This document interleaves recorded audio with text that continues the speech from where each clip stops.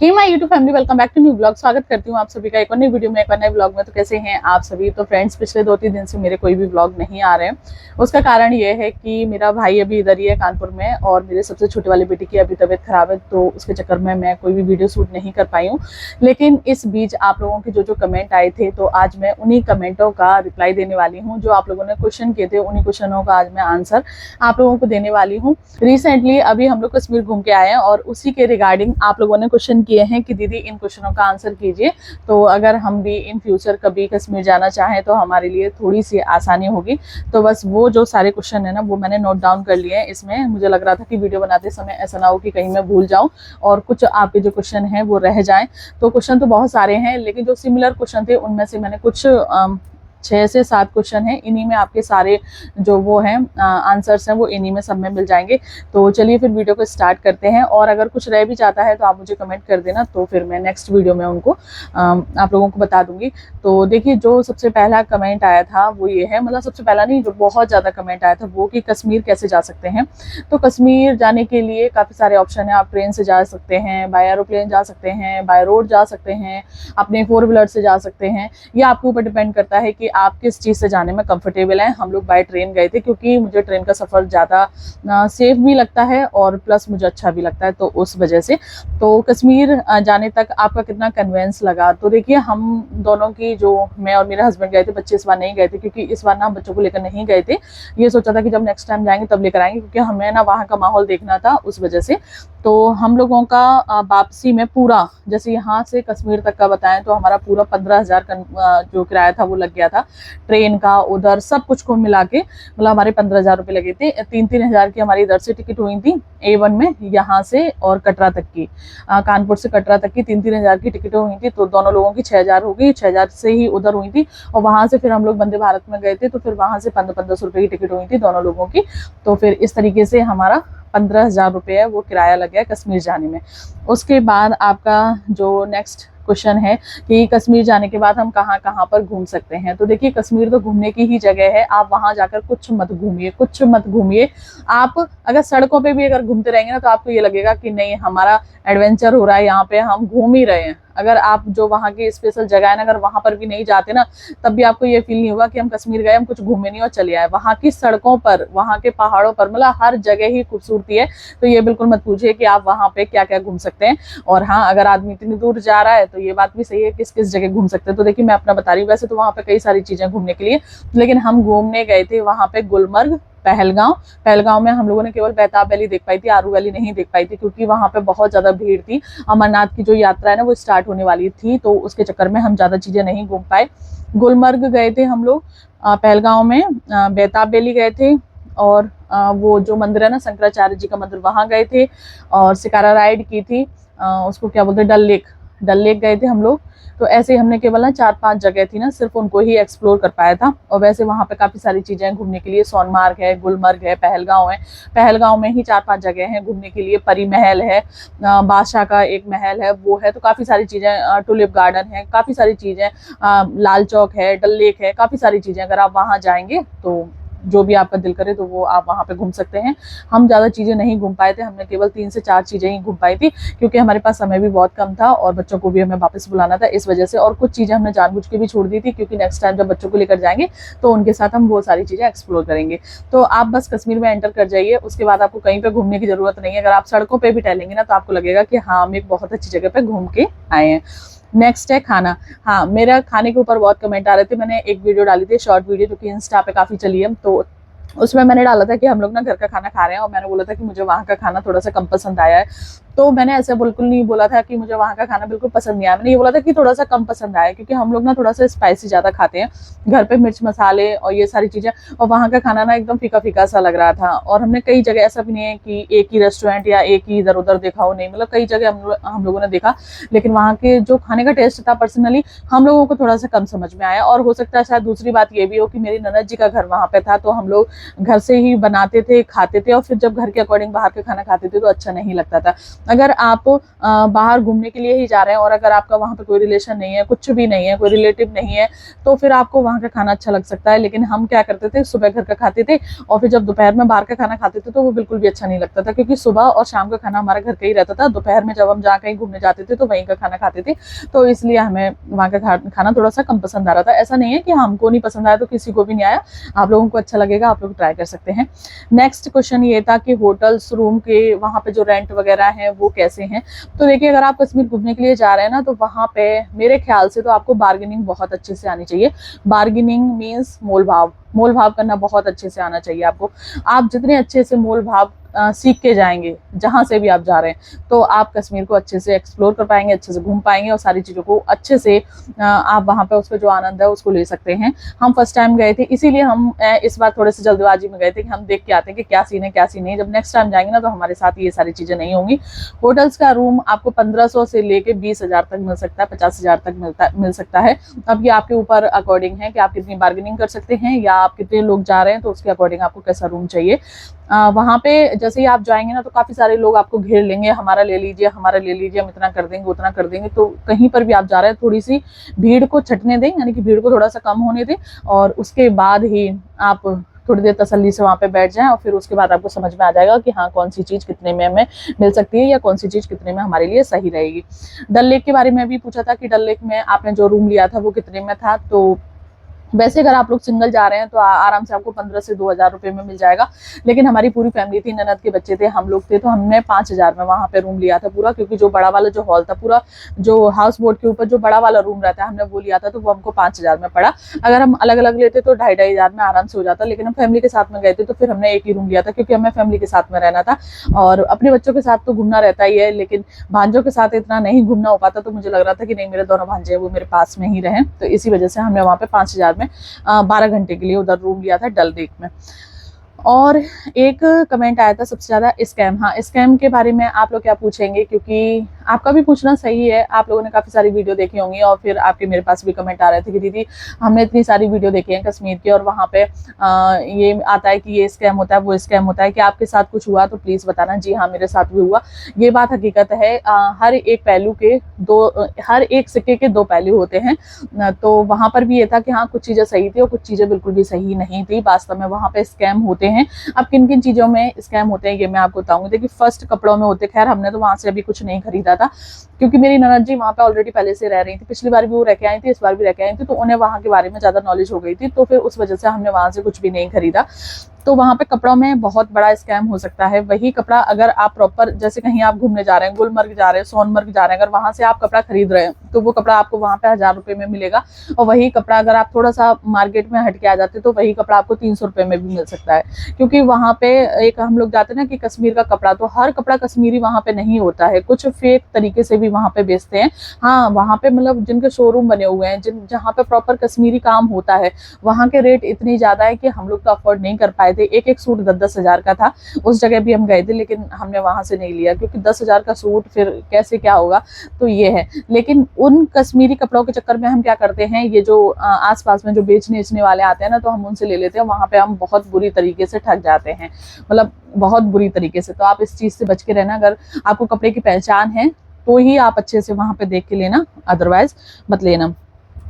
दूसरा वहाँ पे ये है खच्चर। जैसे कि अगर आप कहीं घूमने जा रहे हैं तो जो वहाँ के राइडर होते हैं ना, वो आएंगे कि आप ये जो गाड़ी चलती है कि वो वाली गाड़ी ले लीजिए। खच्चर होते हैं कि इन पे बैठ के चलो हम आपको घुमा देंगे, ये कर देंगे, वो कर देंगे। और एक पर पर्सन वो कम से कम आपसे 2,000 से 2,500 रुपये मांगेंगे, और ऐसा बिल्कुल भी नहीं होता, बिल्कुल भी नहीं होता। हम एक जगह गए थे तो हमारी पूरी फैमिली के हमसे 5,000 रुपये मांगे थे, फिर हस्बैंड ने 2,500 बोल दिए, लेकिन ननद ने बोला कि नहीं ये बहुत ज़्यादा है भैया, ये बहुत ज़्यादा है, आपको ना यहाँ के बारे में कुछ नहीं पता। तो और फिर इतने में ही हम लोगों ने मना कर दिया कि नहीं हमें नहीं जाना, नहीं जाना। फिर भी वो बहुत पीछे पड़े रहे कि नहीं चलो हम आपको ये साइड दिखाएंगे, वो साइड दिखाएंगे, ये दिखाएंगे, वो दिखाएंगे। तो थोड़ा सा लगता है ना कि इतनी दूर जा रहे हैं तो 1,000-2,000 में कुछ नहीं हो रहा कि चलो हमें सारी चीज़ें मतलब घूमने के लिए मिलेंगी, राइड करने के लिए मिलेंगी।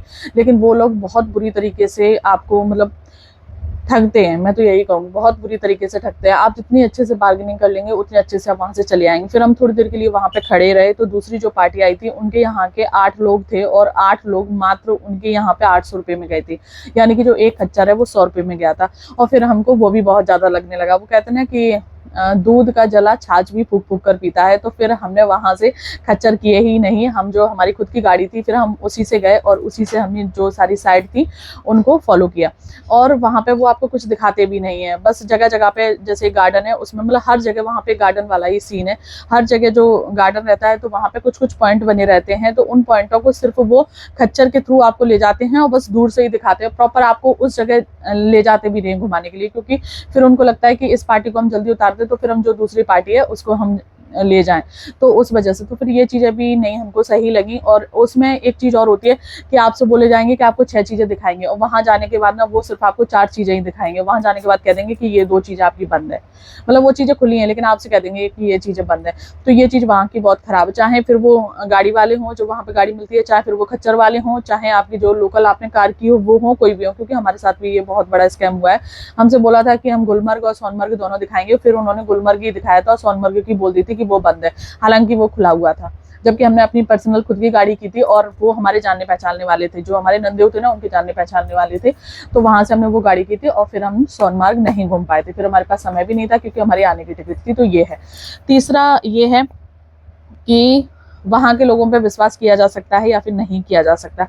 तो देखिए एज अ टूरिस्ट अगर हम कहें तो हाँ विश्वास किया जा सकता है, और अगर उनके काम के जरिए अगर देखा जाए तो नहीं किया जा सकता, बिल्कुल भी नहीं। अगर मुझसे अगर कोई कहे अगर मैं दोबारा कश्मीर जाऊं उन लोगों पे विश्वास करूं तो मैं बिल्कुल भी विश्वास नहीं करूंगी।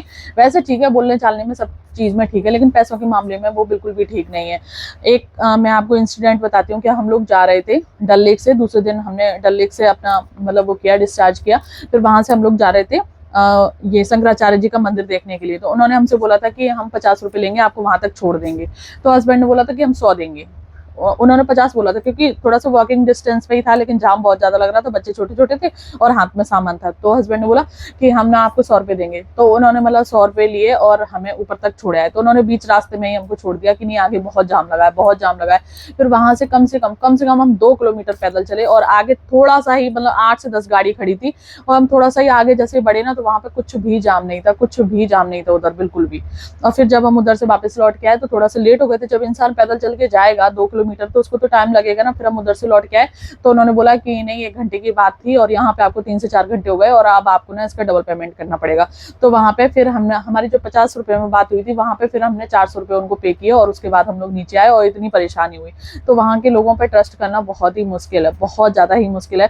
अगर आप ऑटो में बैठे अगर आपका 10-5 मिनट भी इधर से उधर हो रहा है तो वो उसका चार्ज ले लेते हैं और फिर बहुत ही बुरी तरीके से करते हैं। फिर ये लगता है आपको कि भैया दे दो।